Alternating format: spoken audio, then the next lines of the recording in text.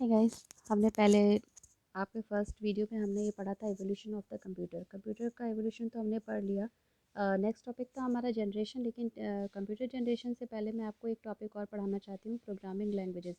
Languages आपके topic में तो नहीं है, तो लैंग्वेज आपके बुक में नहीं है, लेकिन अगर आप कंप्यूटर पढ़ रहे हो तो लैंग्वेज एक बहुत इंपॉर्टेंट टॉपिक है जिसकी जानकारी आपको होनी चाहिए।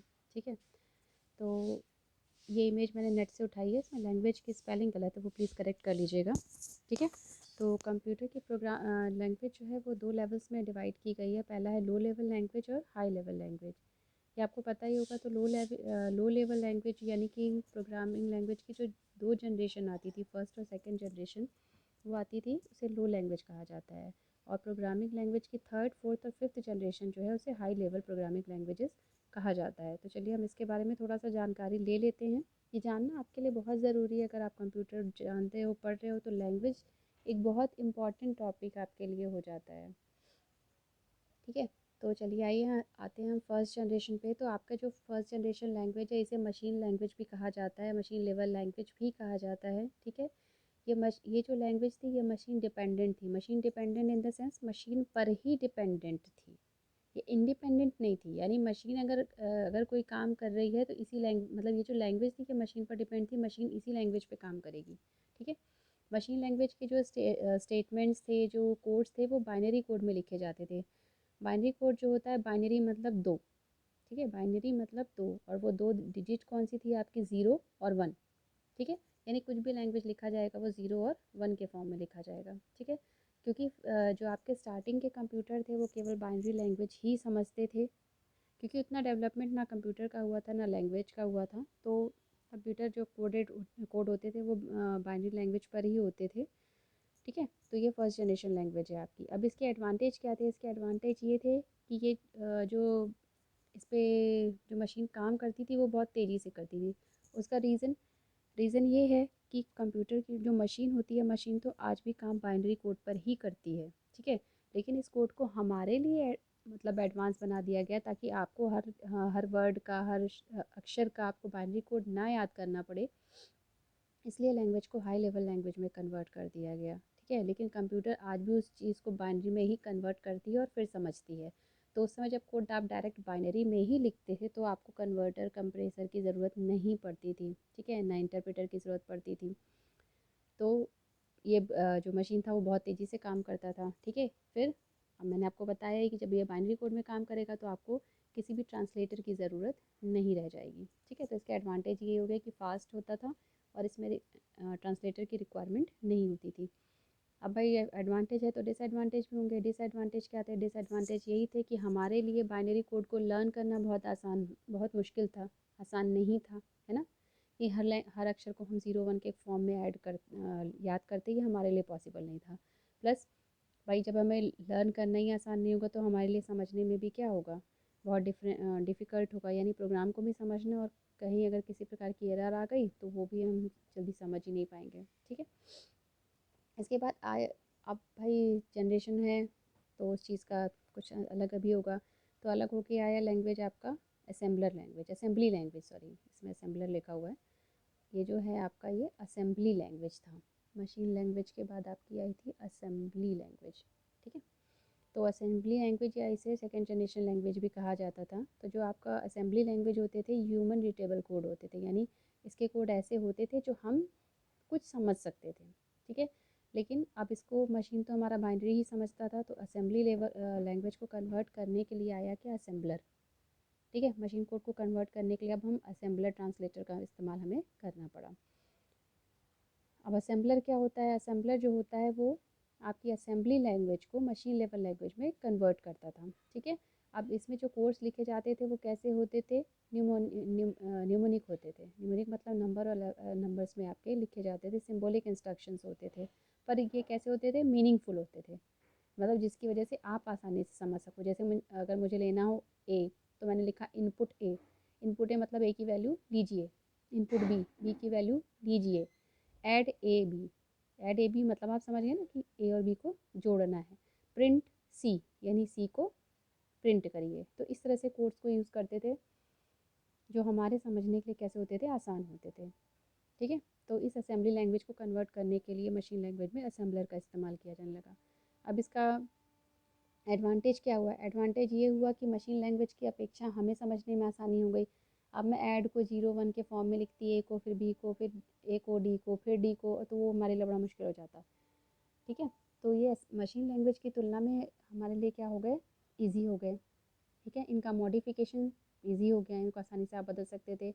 इनका करेक्शन करना आसान हो गया, एरर की जगह एरर को सॉल्व करना बहुत आसान हो गया। ठीक है, अब इसका डिसएडवांटेज क्या हुआ? भाई असेंबली लैंग्वेज है तो कन्वर्ट करने के लिए आपको क्या चाहिए? असेंबलर। तो एक डिसएडवांटेज क्या हो गया कि हमको असेंबलर की ज़रूरत पड़ने लगी। ठीक है, इसके बाद अब ज़रूरी नहीं है कि एक ही मशीन, मतलब सॉरी, अलग अलग मशीन जो है एक ही तरह के इंस्ट्रक्शंस कोड को फॉलो करें। तो एक डिफ़िकल्टी इसकी क्या हो गई? एक डिफ़िकल्टी इसकी ये हो गई कि ये जो लैंग्वेज है, ठीक है, ये मशीन डिपेंडेंट तो थी ही, इसके अलावा क्या थे, एक डिफरेंट इंस्ट्रक्शन सेट की हमको डिफरेंट मशीन, यानी अलग अलग मशीन्स में अलग अलग तरीके के इंस्ट्रक्शन की ज़रूरत हमें पड़ने लगी। ठीक, नेक्स्ट है आपका थर्ड जनरेशन। अब थर्ड जनरेशन लैंग्वेज जो है इसे प्रोसीजरल लैंग्वेज कहा गया। ठीक है, प्रोसीजरल मतलब क्या होता है? सीक्वेंस में, यानी पहले 1 नंबर, फिर 2 नंबर, फिर 3 नंबर, इस तरीके से ये जो सीक्वेंस में आपका एग्जीक्यूशन होगा इसका। ठीक है, ये जो थे, ये जो कोड्स आए, ये इंग्लिश वर्ड्स का इस्तेमाल करने लगे। ठीक है, जो समझना बहुत आसानी होती है समझने में, इसमें इंस्ट्रक्शंस को लिखा जाने लगा। ठीक है, इसलिए इसे कहा जाने लगा हाई लेवल प्रोग्रामिंग लैंग्वेज। जैसा कि हमने पढ़ा था कि फर्स्ट और सेकंड जनरेशन यानी कि मशीन कोड और असेंबली कोड वो है आपका लो लेवल। उसके बाद जितने भी कोड आएंगे वो सारे आपके क्या हो जाएंगे? High level language. अब हाई लेवल लैंग्वेज का, अब हाई लेवल लैंग्वेज है तो भाई कंप्यूटर तो आपको पता ही है बाइनरी ही समझेगा, तो उसके लिए अब उसमें कन्वर्ट करने के लिए इसमें हमें क्या ज़रूरत पड़ने लगी? कंपाइलर और इंटरप्रेटर की। ठीक है, असेंबली भाई देखिए, लो लेवल में दो आई, मशीन और असेंबली। मशीन को कन्वर्ट करने की ज़रूरत ही नहीं थी, लेकिन असेंबली को कन्वर्ट करने के लिए क्या चाहिए हमें? असेंबलर। ठीक है, अब जब थर्ड जनरेशन आई तो थर्ड जनरेशन में हमने क्या इस्तेमाल किया? कंपाइलर या फिर इंटरप्रेटर। ठीक है, कंपाइलर इंटरप्रेटर क्या है वो हम बाद में समझेंगे। फिलहाल आपको इतना समझना है कि ये एक तरीके से लैंग्वेज ट्रांसलेटर है, यानी हमारी भाषा को कंप्यूटर को और कंप्यूटर की भाषा को हमें समझाते हैं। यानी हमने कहा हाय तो उसने हाय को 0 1 में कंप्यूटर को समझाया, और कंप्यूटर ने रिप्लाई किया हेलो तो उस 0 0 1 को उसने हेलो लिख करके हमें समझा दिया। ठीक, तो अब हमारी थर्ड जनरेशन लैंग्वेजेस होती कौन कौन सी है? सी है, C programming, Pascal, Fortran, COBOL, ये सब आपकी थर्ड जनरेशन प्रोग्रामिंग लैंग्वेज है। ठीक है, चलिए अब इसके एडवांटेज देख लेते हैं। एडवांटेज ये है कि हमने पढ़ाई कि इंग्लिश लैंग्वेज का यूज़ किया जाता था, वर्ड्स थे तो हमारे लिए समझना बहुत आसानी थी। ठीक है, कोड जो था वो बहुत कम लाइनों में लिखा जाने लगा, ऊपर के असेंबली और मशीन लैंग्वेज की अपेक्षा कम लाइंस का इस्तेमाल होने लगा। ठीक है, इसके अलावा जो सबसे बड़ा एडवांटेज वो था कि सेम सेम इंस्ट्रक्शंस को, सेम कोड को आप कॉपी करके किसी दूसरे भी मशीन में आप उसे यूज़ कर सकते थे। ठीक, अब डिसएडवांटेज में वही, जैसे असेंबलर चाहिए था, इसमें हमें कंपाइलर और इंटरप्रेटर की ज़रूरत थी।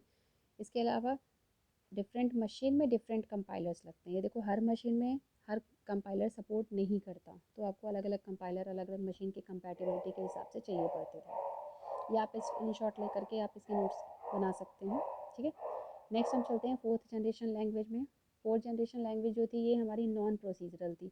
नॉन प्रोसीजरल का मतलब क्या है? ज़रूरी नहीं है एक के बाद दो, एक के जो है 4 भी हो सकता है, ये हमारी रिक्वायरमेंट है। हम कंप्यूटर को इंस्ट्रक्शन देंगे भाई कि तुम 1 के बाद 4 में जाओ तो वो चला जाएगा। ठीक है, तो ये हमारी फोर्थ लैंग्वेज कैसी हो गई? नॉन प्रोसीजरल हो गई। इसे हम 4GL भी कहते हैं शॉर्ट फॉर्म में। ठीक है, इसके अलावा इसमें यूज़र का सबसे बड़ा इंपॉर्टेंट क्या हो गया कि वो डेटाबेस को एक्सेस करने लगा। तो डेटाबेस की जो आपकी लैंग्वेज है, जैसे SQL हो गई, फॉक्सप्रो हो गई, फोकस हो गई, ये सारी जो हैं ये आपकी फोर्थ जनरेशन प्रोग्रामिंग लैंग्वेजेस में आती है। ठीक है, advantage, easy to understand, learn, less time is required for application creation, है ना, समझने में आसानी थी और एप्लीकेशन बनाने में बहुत कम समय लगता था। एरर्स कम होती थी क्योंकि अगर आप कोड आप आसानी से समझ रहे हो तो ऑब्वियस सी बात है आप गलती कम करोगे। अब डिसएडवांटेज क्या है कि मेमोरी कंजप्शन बहुत ज़्यादा होता था। भाई डेफिनेटली आप प्रोग्राम बनाएंगे, ज़्यादा डेटा का इस्तेमाल करोगे, ज़्यादा वेरिएबल्स लोगे, वैल्यूज़ लोगे, तो आपकी मेमोरी क्या होंगी? वो ज़्यादा लगेंगी, सीधी सी बात है। ठीक है, इसके अलावा हार्डवेयर पर पूरा कंट्रोल होने लगा। ठीक है, has poor control over hardware. भी हार्डवेयर जो था, इससे हार्डवेयर से वैसे तो कोई लेना देना नहीं है प्रोग्रामिंग का, लेकिन हाँ अब कंपाइलर है तो कंपाइलर भी एक तरीके से सॉफ्टवेयर है, हर सब कुछ सॉफ्टवेयर है इसमें। ठीक है। तो हमारा हार्डवेयर से कोई लेना देना नहीं था, तो हार्डवेयर पे पूरा कंट्रोल था, ये वैसे कोई मतलब नहीं है। लेस फ्लेक्सिबल, अब भाई जैसे जैसे आप सीधी सी बात है, जैसे जैसे लैंग्वेज ज़्यादा डेवलप होती जाएगी तो आपको पहली वाली जो है वो कम फ्लेक्सिबल लगेगी, है ना। तो फ्लेक्सिबल कम थी। चलिए नेक्स्ट आई आपकी fifth generation. Fifth generation fifth generation यानी कि जो हम आज इस्तेमाल कर रहे हैं, जैसे कि आर्टिफिशियल इंटेलिजेंसी। भाई अब डेफिनेटली आप बात करोगे कि भाई हम सी लिखें, कोड लिखें, सी में लिखें, जावा में लिखें, और उसकी अपेक्षा मैं अगर रोबोट बनाऊँ और उससे कह दूँ कि भाई चाय बना लाओ, तो वो हमारे लिए ज़्यादा ईजी पड़ेगा, है ना। तो ये आर्टिफिशियल इंटेलिजेंसी हमारी आ गई आपकी फिफ्थ जनरेशन प्रोग्रामिंग लैंग्वेज में। ठीक है। अब इसका इस्तेमाल किया जाता था प्रॉब्लम एल्गोरिथम में, यानी कि प्रॉब्लम कोई भी सॉल्व करने के लिए आपको एआई का इस्तेमाल किया जाता है। एआई मैनुअल होती है, आपको पता ही है, जैसे रोबोट वगैरह में हम जो भी इस्तेमाल करते हैं। आजकल आप एलेक्सा पढ़ रहे हो, एलेक्सा के बारे में सुन रहे हो कि हमने बोल दिया एलेक्सा प्ले द सॉन्ग, तो एलेक्सा ने गाना बना दिया। एलेक्सा एसी ऑन कर दो, तो एलेक्सा ने एसी ऑन कर दिया, है ना। तो ये सब क्या है, ये एआई है कि आपने बोला और उसने आपकी बात को समझ नहीं ना लिया, ना आपको लिखने की ज़रूरत है, आपको कुछ नहीं आता तो भी आपको कुछ लिखने की ज़रूरत नहीं, मुँह से बोल दो वो काम हो जाता है ना। तो ये है आपकी आर्टिफिशियल इंटेलिजेंसी। ठीक है। इसके अलावा जैसे इसमें लिखा हुआ है कि we make computers learn to solve any problem. Parallel processing, parallel processing क्या होती है, यानी एक साथ कई काम करना।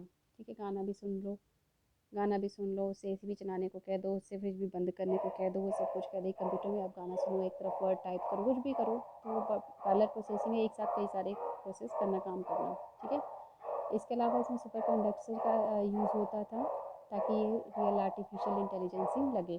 तो इसमें कुछ लैंग्वेज है जैसे प्रोलॉग और लिस्प जो हैं, ये आपकी एआई में आती हैं।